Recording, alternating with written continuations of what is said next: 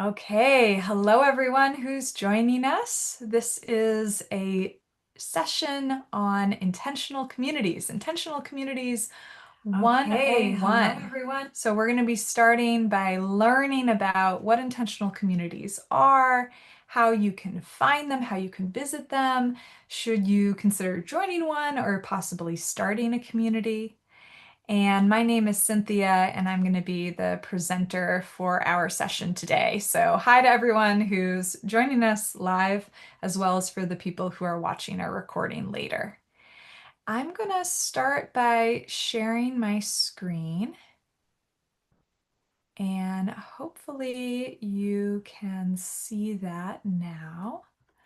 I'm just going to put this into slideshow mode. There we go.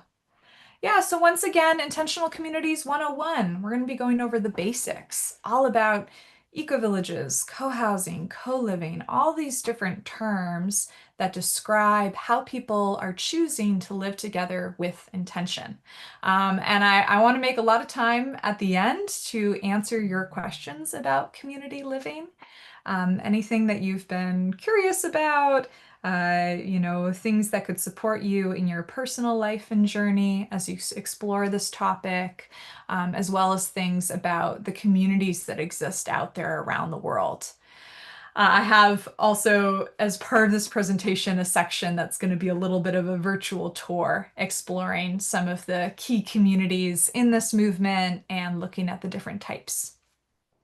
So, to share more about myself, for those of you who haven't connected with me before, I'm known as the intentional community matchmaker. So, somebody who helps people find communities to join that are a good fit for them. I've been in this movement for over a decade, helping people find communities to visit, find groups to start new communities with. I myself have been very fortunate in my life that I've gotten to travel the world, at this point, having visited more than 200 communities, all different sizes and shapes, urban, rural, some really radical hippie communities, some more conventional, more mainstream communities. Here's a photo of me visiting a community in Denmark with that amazing, cool architecture.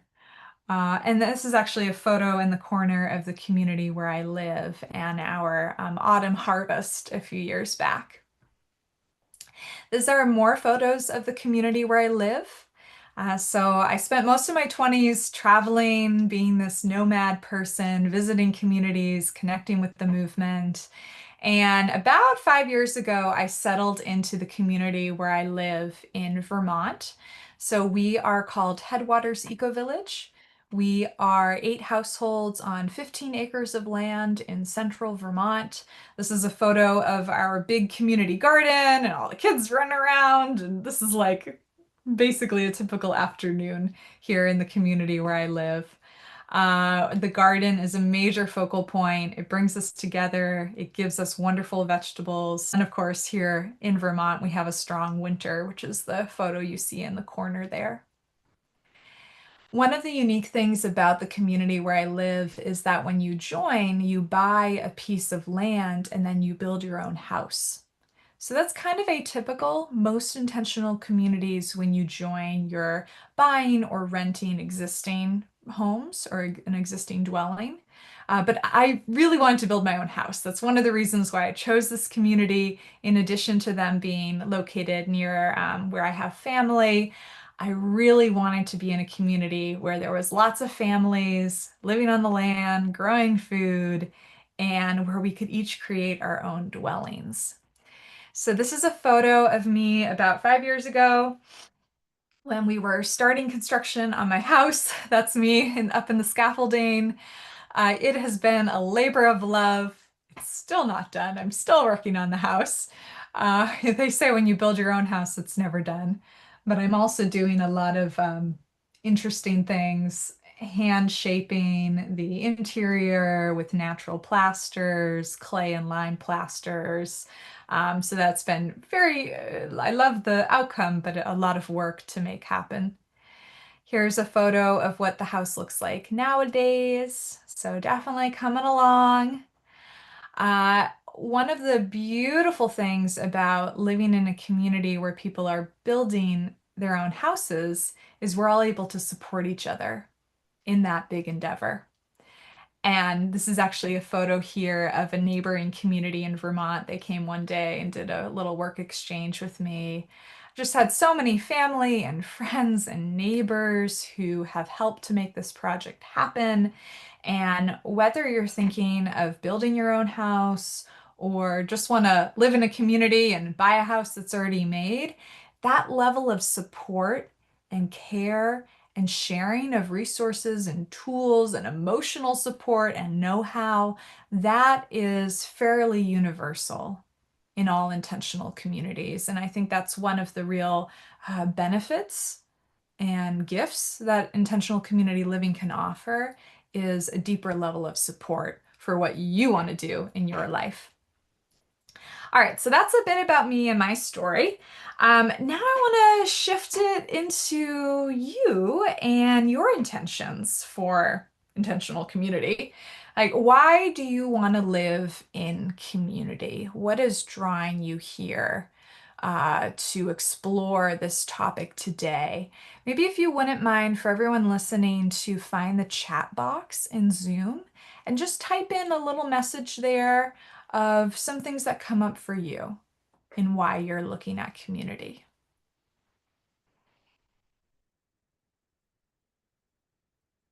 So go ahead, find the chat, just type in a few words or phrases of what's calling you to live in community. I know we don't have a ton of people on, and you might be multitasking right now, so that's perfectly fine. I think while you're writing your message, I'll go ahead and share some reasons that people typically share with me or that I have experienced in my own life for why intentional community can be a beautiful thing. Thank you, Cecilia. Finding real connection with people. Yeah, that's actually first on the list that I have too. Connection, right? We have, if you're not aware, this loneliness crisis in the United States, but also globally. Many people are feeling lonely on a regular basis, and that can have detrimental effects on your health and well-being. We are a species that's designed for social connection, and when we don't have that, it can cause us to feel like, yeah, we're not connected, we don't belong. And intentional community living isn't the only way to get your needs met for combating loneliness, but it is a really amazing way if you are thinking this is something you want to pursue. Yeah, I love what people are writing in the chat. Belonging and sharing a healthy home experience. Ken is nearing retirement and looking to join a community of like-minded people, freedom and self-sufficiency, extended chosen family, a healthful life, sharing resources. Good. I love it. A lot of people are saying like healthy, wanting health and wellness. Oh, goodness. Michelle, my family moved from England at a young age. I've had such deep yearning to be connected to people, to share resources, and to regulate our nervous systems. Yeah, great. Yeah, sharing resources is the second thing I have on here. I mentioned in my community with building my house, a lot of the tool sharing. We also share a lot of practical things. We have a lawnmower that we share together. We all pitch in to help care for the chickens that we have. So actually this morning, because today's Thursday and that's my day to care for the chickens, I was up there in the morning, letting them out, giving them water and food. And in return, we get all these eggs that we get to share. And I don't only need to care for them one day a week. And if I go traveling, which I often do, then somebody else can pitch in and cover me on my day. All of this helps to foster more resiliency. Internal resiliency in terms of how well we individually are able to weather storms that come in our lives, as well as societally with everything going on. And I really don't want to dwell on that during today's call. I'm sure most of you here are aware of the big challenges that we're facing environmentally, socially, really in most aspects of society right now. So all of that can help us be more resilient, to have support, to be able to collaborate on projects that we wouldn't necessarily be able to do on our own, and to experiment with new ways of living. I truly believe that intentional communities are a microcosm for all of the bigger things happening in the world. So it's not like when you join a community, it's suddenly a utopia. No, there are problems, of course, conflict happens, but the opportunity in community is that we have new ways of addressing them. We can chat with our neighbors when there's an issue.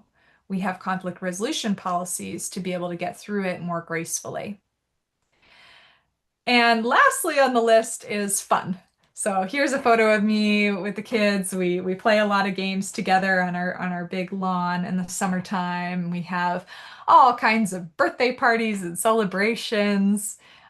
This weekend coming up, we're going to be celebrating my neighbor's sweet 16, and it's so cool because when I joined, she was like 10 years old, and now she's this teenager, and I've been able to be in her life and be connected. And I don't have kids myself, so just being able to, yeah, have all of these children around and be part of their lives like an auntie is just an amazing thing.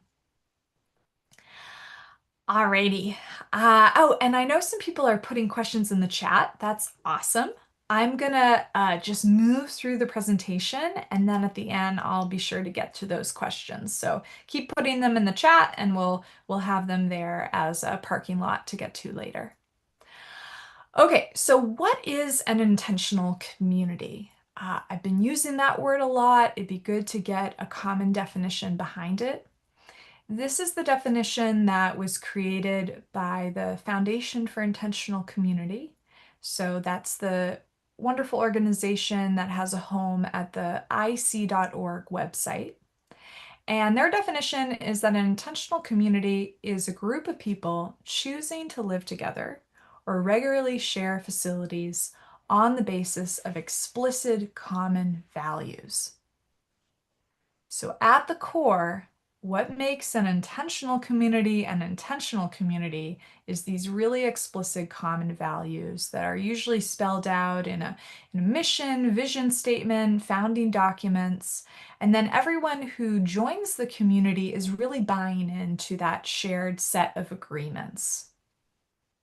And I want to say here that we all live in communities right now. Whether it's a sport group or a religious group or a strong family network you're part of, we all have community in our life to varying degrees of intentionality.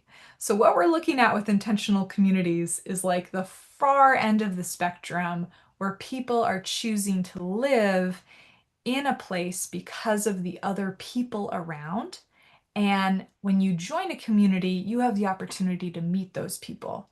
So it's not like when you buy a home on the real estate market, you are just buying into an anonymous neighborhood. No, and with a community, you really get the chance to know each other and have this relationship building process occur over time. These are some of the types of intentional communities that exist. Many different names and terms that fall under what I think of as some big umbrella of intentional communities, or a big basket underneath, right? So we have some terms you may have heard before, some you may have not: eco-village, co-housing, housing cooperative, spiritual community, a kibbutz, a Tao community, income sharing communities. All of these terms describe either the values or the legal structure or the particular niche that a community is focused on. And it's really up to the community to describe itself how it wants to. That said, some of these terms do have some specific meanings. So when you're beginning perhaps to do your research and look around online and check out some communities, having a grasp on this terminology will be really beneficial for you. So let's look at a few of them now. We have a co-housing community here. This is a photo of Cherry Hill cohousing. It's an aerial photo, which is great because we're able to look down and see how the community has been designed. So, co-housing, when people hear that term, sometimes they're like, oh, that must be people sharing a house together. Well, no, co-housing is really people living in privately owned homes. So, co-housing communities typically are based on home ownership. You have your own kitchen, your own bathroom, but then you have access to shared facilities and amenities, grounds. You can see here that this community has a big common house, which is pretty typical with co-housing communities, where there's a shared kitchen, dining hall, maybe a play space for the kids, a co-working space. And then parking is up off on the side to allow the community to be pedestrian friendly. Kids can run around and not have to worry about cars. So, co-housing communities typically are planned residential communities. So, all the homes and everything is designed by an architect, it's all built at once, and therefore the home prices tend to be medium or even above average home prices because you're getting more than just a home, right? You're getting a community and all these other facilities and services. So if you're looking to find affordable living in community, it probably isn't co-housing. If you're looking to join something that feels familiar and feels more just like an old-fashioned neighborhood, co-housing may be a really good fit for you. That said, there are some movements now to create more affordable co-housing through subsidized housing, through more rental opportunities. That's just beginning to take shape within the co-housing movement. Next, we're going to look at an eco-village. So I think it was Sarah, no, it was Kendall. Yes, Kendall who joined us and said, I'm thinking I might want to join an eco-village. So an eco-village is kind of what it sounds like. It's a community that is focused on sustainability first and foremost, especially ecological sustainability.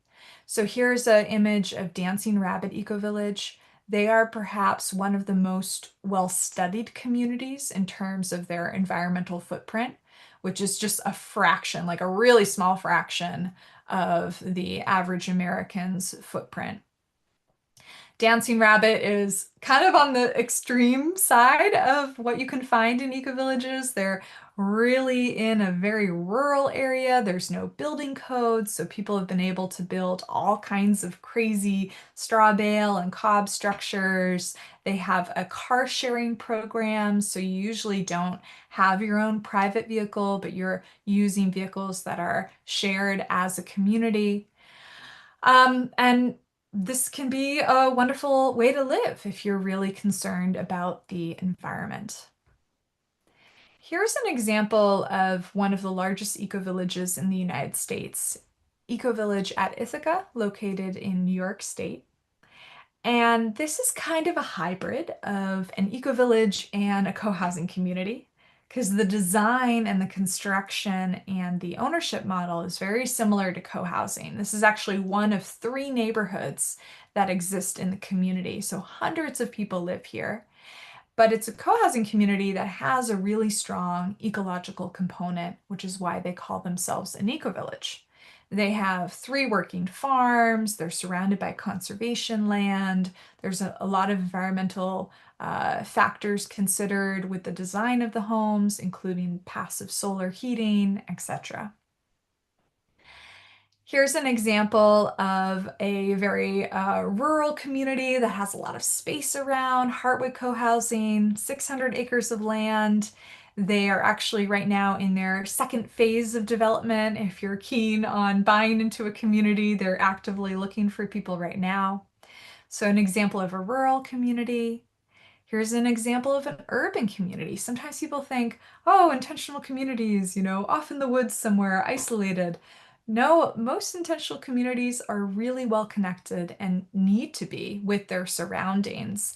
And that's especially true when you find a community in a suburban or urban environment Beacon Hill Friends House located in Boston. They've been around for decades and decades. They have some Quaker values and also are often open to new people coming and staying for a short-term rental. They're entirely based on the rental model versus some of the other communities we've been looking at that are more based on home ownership. You can have places like Junction Village Guelph in Canada. This is a community where instead of doing a new build, they have been retrofitting existing neighborhood homes. They've been turning the backyard into shared space by taking down the fences or adding a gate so residents can hang out and have potlucks and celebrations.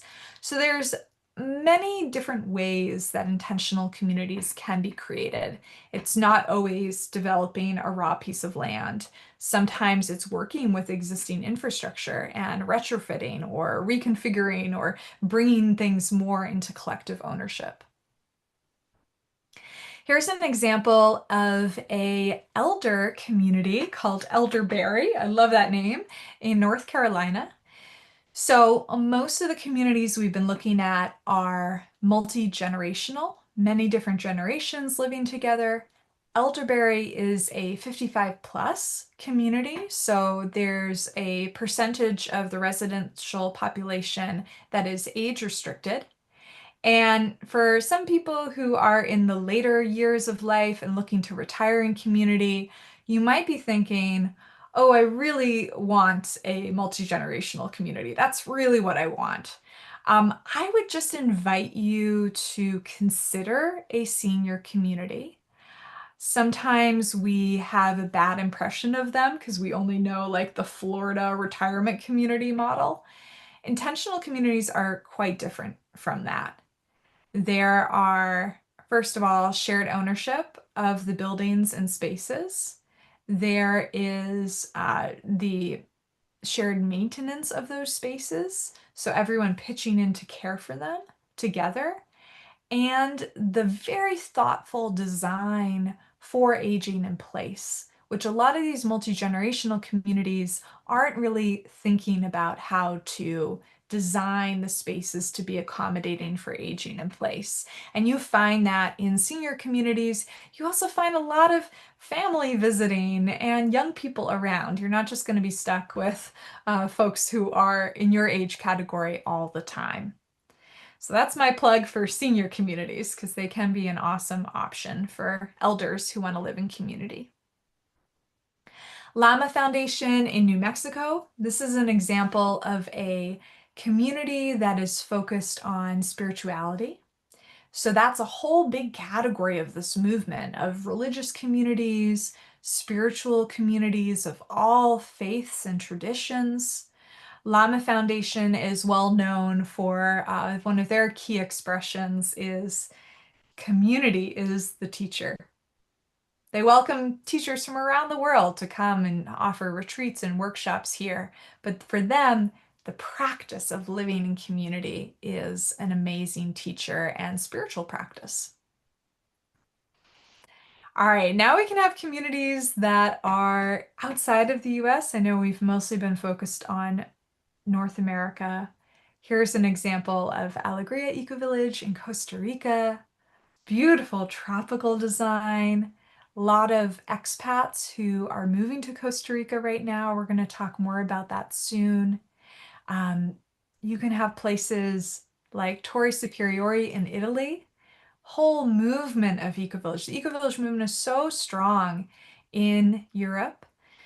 I love this photo. I've actually been to this community and loved getting to explore all the pathways and arches and tunnels. This is a 13th century stone village that was abandoned and then re-inhabited by the eco-villagers. And this is happening throughout Southern Europe because most of the ancient villages were built by stone, so they're very durable but not inhabited right now. So there's this big movement to re-inhabit them. We're going to be leading a eco-village tour here starting in less than 3 weeks at the beginning of October. And this is one of the communities that we're going to visit on the tour. So it's very, very exciting to see. Okay, so if you've been listening to me and you're like, wow, that was a lot, there's a lot of different types, which type of community is a fit for me? I have this fun quiz. If you haven't taken it already, I encourage you to do so. communityfinders.com/quiz. And don't do it now, just like save that link. Thank you, Rebecca, for putting it in the chat. Save that link and fill it out on your own time just to give you an indication of some of the questions you'll want to ask yourself to help determine which type of community is a fit for you. And at the end, you'll get your result of which type the quiz or me thinks is a fit. I hope by this point, you're beginning to get the sense that there's a lot out there. Like, if you're just beginning to learn about intentional communities, you might feel like it's a fringe thing and there's not a lot, but there is a lot. There's thousands of existing communities. Many of them are open to new members. They have homes available. There are new communities starting up all the time. So, founding groups that are looking for more founders. So, for those of you who are thinking, ooh, intentional community, it could be a good thing for me. How do I take that next step? What would it look like to live in community? I have this model to show you. In my mind, there's three pathways to community. One being that you can join an existing community. That's what we've been talking a lot about. That is the fastest and easiest way to go if you are flexible about what you want and find something that matches what you want close enough that you can go down that membership pathway. The next option would be starting a new community. It's a lot longer, it's harder, it's high risk. We had Cecilia joining at the beginning and sharing, like, oh, the failure rate is really high for new communities. And that's true. It's similar to starting a new business. It's a risky thing to do, but we also need more communities in the world. So I don't want to discourage you too much if you have that founder's drive and energy. And then the last way, which I do invite you to consider, because my goal with sharing all this and being an intentional community educator is not to have everyone up and move and join a new community elsewhere or start a new community elsewhere. There's a lot that can be done to create community wherever you're living right now. Joining a meetup group or getting involved in a local community garden or a nearby farm, hosting things in your home, maybe renting out a room in your home or doing a co-sharing. There's a lot that can be done right now because not all of us are able to up and move so easily with family or work commitments. All right, so those are kind of the three pathways. I gotta say, a lot of times on this journey, people will oscillate between the three. I do encourage, though, at the minimum, to really explore joining an existing community before you think about starting a new community. Because even if you go down the path of starting, you're still going to want to spend time visiting a lot of communities. Here's a little overview of some of those steps that you would go through when you're visiting or considering a community to join. And it really all starts with envisioning your ideal community. Probably your ideal community does not exist. And that's the reality. That's, maybe, you get so fed up that nothing matches your ideal so much that you decide you want to create a new community. But I bet for most of you, there's some areas that are non-negotiables, and there's some areas where you are flexible. And that's why I have created this worksheet. It's called Crafting Your Community Wish List. So it's the Community Wish List worksheet. And I will see here if yeah, I'm going to put all those links in the chat again. The community wish list worksheet is a free tool that you can use. It's going to ask you some questions about what you're looking for in community, and then you'll have the opportunity to actually put in a list of things that you want, your priorities. This tool has helped hundreds and hundreds of people with clarifying their inner vision so that then when they go to do the next step of researching, they have a clear sense in here and in the heart of what they want. And that'll help aid you because there is a lot to explore. More often, people are feeling overwhelmed by the number of options and not as much finding too few options. So that inner searching and time with yourself to get clarity is very important at the beginning. All right, so from there, let's say you have filled out your community wish list worksheet. How do you find communities? I have created this organization and we're called Community Finders. And what we do is really supporting people on the path to community living. I have the website here, communityfinders.com. And actually, I'm just gonna hop over to the website now. So I'm just gonna stop my, she's been talking for a while. I'm gonna stop my screen share and share my screen one more time. I'm just gonna bring you over to the website. Let's see here. So it should be this one. All right. Hopefully that's working well for you. Yeah, so this is the website at Community Finders. I have a lot of offerings here. You can learn more about the journey that I've been on. I have the community type quiz here. You can learn about some retreats we have coming up. You can learn about my forthcoming book if you'd like. But what I'd really encourage you to start with is the blog because in the blog, I have a lot of articles going through more in depth the types of communities. I have some lists of like vegan communities or homesteading communities. I also have here this list of intentional community directories, actually 21 intentional community directories. Because maybe you have found this event through ic.org, which is an excellent resource, but there's also a lot more directories available depending on what kind of community you're looking for.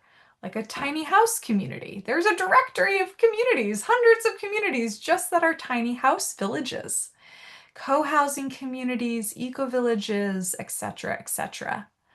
I also have this video here that walks you through how to use the directory at ic.org, because that might be the one that you want to get started with, and there's some advanced search tools that could be helpful for you there. So go on over or save the link to the Community Finders website and check out this blog article in particular. All right, so I just want to show you that. You can also just Google like intentional community near wherever you happen to live, whether it's Boston or Chicago or New York. Just type in that and you might find a lot of things that uh, exist right in your area that are really easy to visit.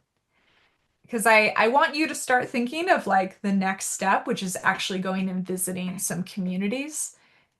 It's great you're doing this online event, but where it really becomes real is when you get your feet on the ground and you get to shake some hands of residents and feel that culture. All right, so I'm going to hop on back over to my presentation now. Just have a few more things I want to share with you, and then I want to do the Q&A. So let me get back to the slide. Okay, perfect. All right, so visiting communities, right? That's the next step. That's going to be what you want to do after you've clarified your vision, you've done your online research. Now it's time to go visit. And I feel like this is where most people stop because it can be hard. It can be scary. There's logistics, there's timing. You have to reach out. It all has to work. I know how challenging it is because I have visited a lot of communities, so I know myself. And that's why I started this organization. We're called Ecovillage Tours, and we help people go and visit communities, places where I myself and my team already have relationships so that we can make it a lot easier for folks like you who may not have relationships in some of these communities to be able to come visit and not come as like a strange person visiting on a random Wednesday, but to come as part of an eco-village tour, which is truly a special thing. We have a website here at ecovillagetours.com. Maybe I'll hop over next and show you that. We are really the only company that exists of this kind that I'm aware of, where we bring small groups on visits to communities with eco-village experts and co-housing, co-living experts to guide that trip, including all of the meals, transportation, lodging, so that you can learn about communities, get inspiration, maybe find your forever home, maybe just have an inspirational vacation while doing so, and also to build real connection, not only with the communities that are visited, but also with the small group that you travel with. Usually people come on our trips and they're like, I want to visit all these communities. But what they leave with is this deep feeling of community that was fostered among the group they traveled with, which is just as valuable. And I really want to highlight that. All right, so let me go over now. I want to just share with you the website so you can see what's going on, all the beautiful trips we have coming up. So here I am, ecovillagetours.com. This is our website. I'm going to scroll down to upcoming tours. As I mentioned, we have this Italy trip. There's again Torre Superiore. It's just amazing, amazing community. Um, our Hawaii trip is now sold out, but we have trips coming up this winter in Costa Rica, Bali, and India. We are actually offering 4 trips in Costa Rica because Costa Rica is so very special. I'm going to touch on it a little more in the presentation because I have been working with people a lot these days who are kind of concerned about what's happening in the United States and beginning to look abroad at other options. And Costa Rica is really on the top of many people's lists for where they want to go. And that's why we're offering 4 trips to the country in January, February, March, and April. These are the dates here, but you can just go to the website to, yeah, get more of the details about it. And each trip goes to visit different communities because there are more than 30 eco-villages and intentional communities in the country. And we've really chosen a high quality yet diverse selection for you to experience. So I'll hop on back to my presentation. All right. So yeah, that's the Costa Rica slide. Um, Costa Rica, if you're not aware, it's kind of unique among the countries in Latin America. First of all, many intentional communities is kind of a global hotspot for eco-architecture, local food systems. Many of these communities have openings for new members right now. They are 92% local renewable energy as a country, mostly from solar, wind, and hydroelectric, which is incredible. Like they've already done that. They've made that transition to local renewable energy. They abolished their army in the 1980s or 90s.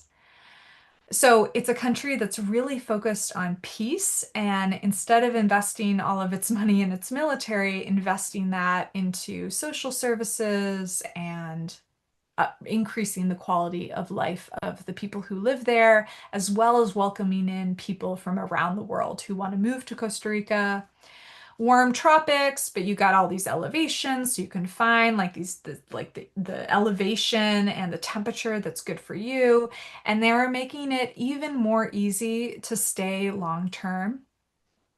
I have friends who live in Costa Rica who haven't even gone through the bureaucracy of getting residency status because it's so easy to just come as a visitor and leave once every 6 months for a day and then come back. So that's how people do it. And the country is like welcoming of that because they really value having foreigners living in the country. So that's my plug for Costa Rica if you didn't know what's happening there. These are some photos of trips that we've led in the past. We've led 4 trips over there over recent years. Some beautiful groups, beautiful people. Look at all this crazy like architecture. It's just amazing what's happening. And we have an early bird sale now. It ends on October 1st, so 2 weeks away. So that's how you're going to get the lowest pricing on our tours. We try as much as possible to make the trips affordable while also making them inclusive.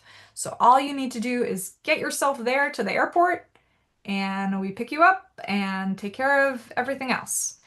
We also have scholarships available if price is a concern for anyone. We have scholarship and work trade opportunities. All right. So, oh yeah, and one more thing. I'm offering this retreat. If you're like, oh, doing a week to visit communities feels too much, I have a 4-day retreat, January 10th to the 13th, that I'm hosting along with my good friend Jason. And Jason lives in Costa Rica. He's really well connected with the Costa Rican communities. It's called the Step into Community Retreat. I'm just coming back actually this weekend. We hosted one of these retreats here in Vermont. It was beautiful. People from around the country, just amazing, heart-opening connections and sharing, and also practical support for people who are seriously thinking of making a life transition and stepping into community. So yeah, all of those links are in that like list of links I've been putting into the chat. Maybe I'll drop it in there one more time just so you have it. Doo-doo-doo. Okay, and then the last thing I want to mention is my team member here, Rebecca, who is joining us today and is also available to give a 30-minute call with you. If there's any questions you have about what you've heard about joining a tour, she's available to chat with you. Rebecca, do you want to say hi and share more about what you're offering? Hi, everyone. Thank you, Cynthia. Yes, I am Rebecca. I'm with Ecovillage Tours. I'm the Chief Connection Coordinator, meaning I would love to connect with you. I'm excited to have cleared off my calendar this weekend and next weekend in preparation for that early bird sale to make sure if you want to schedule a call, I am here to help guide you through the process if you have any questions.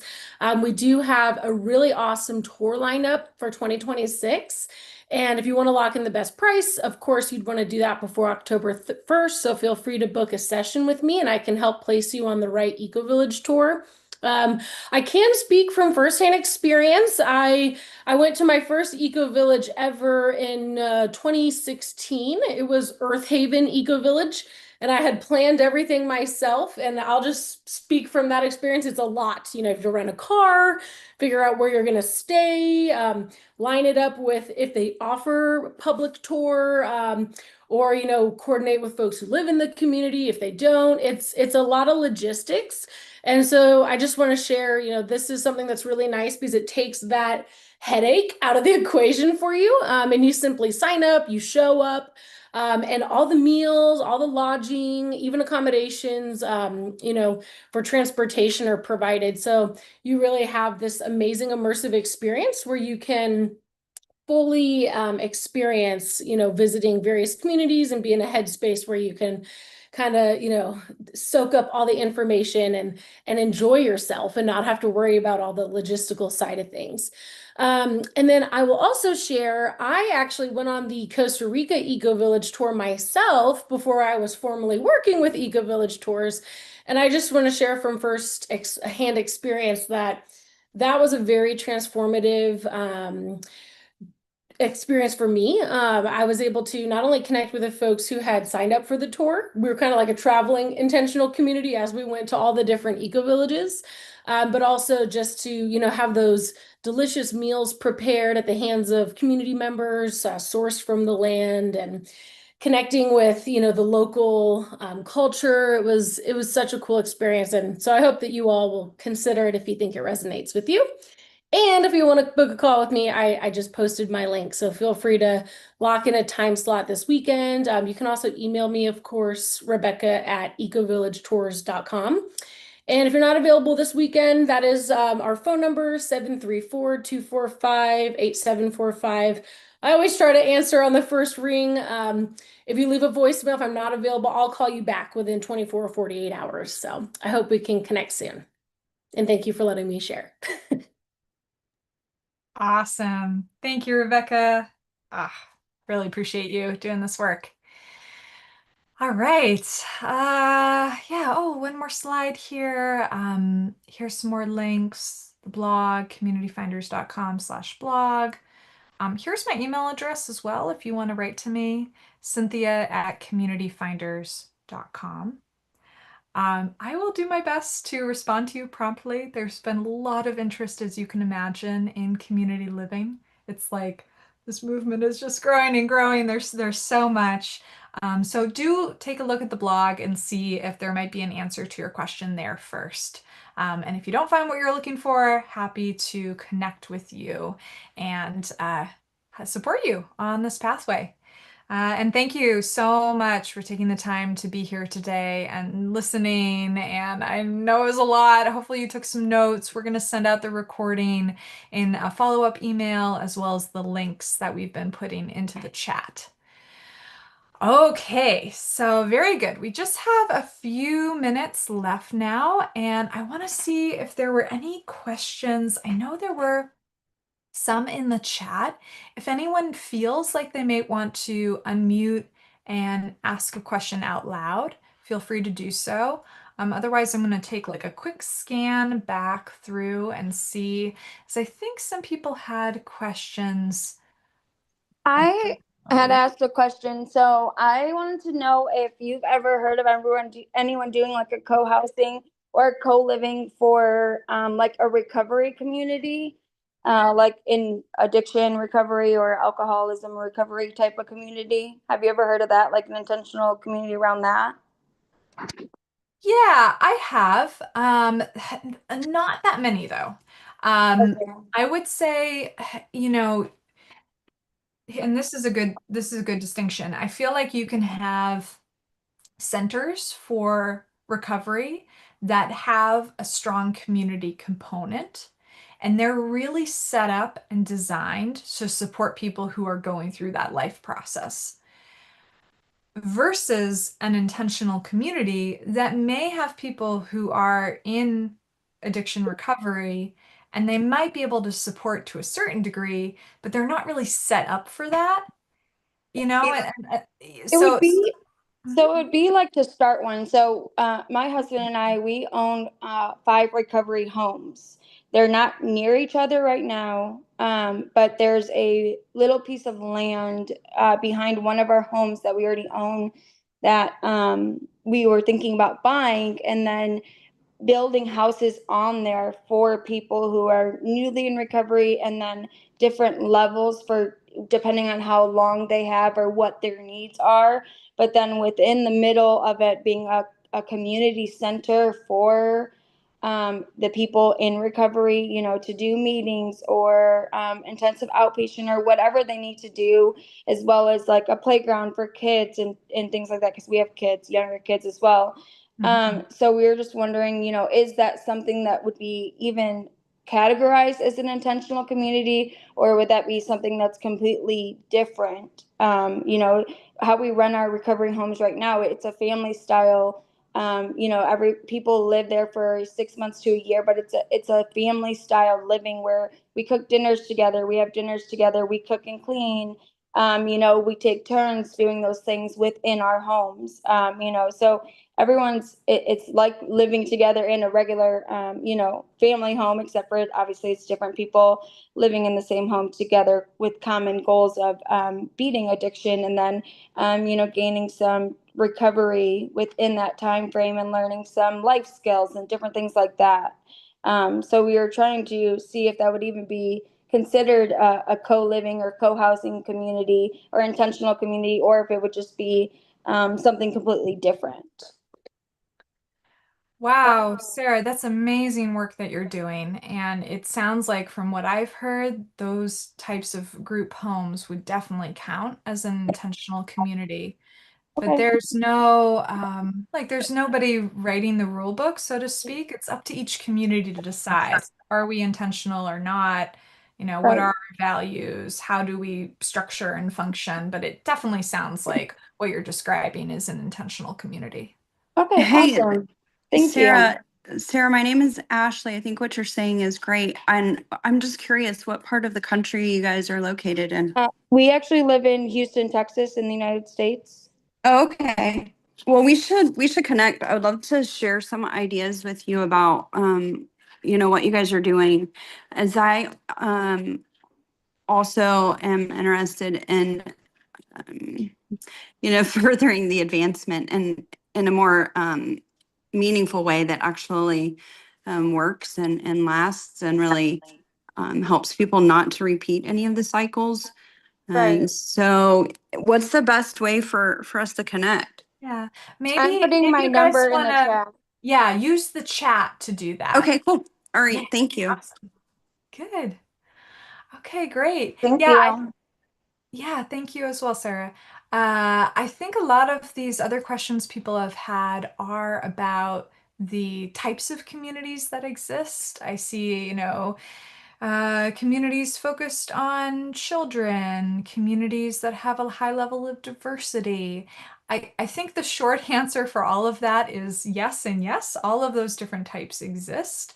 It might just take a little digging to find, and that's why using the resources that I've shared, whether it's the Community Finders website or joining an eco-village tour, that's how you're going to learn a lot more about what exists out there, because they're as diverse as the human imagination, right? And if it doesn't exist yet, chances are there's a group out there that's working on developing something. Okay, cool. Well, thank you all so much. That's the time that we have today. I really hope that this was helpful for you, and I hope that this is like the beginning of your next step on your pathway towards community and more intentional living. I hope to see you on a eco-village tour too. It'd be so fun to travel together and connect in person. So once again, remember it's the October 1st deadline for getting the early bird sale. Talk to Rebecca if you're thinking about it. And otherwise, everyone, please take care and be well. Looking forward to connecting more another time. All right, bye. Bye, folks. Thank you, Rebecca. Thanks, Andy.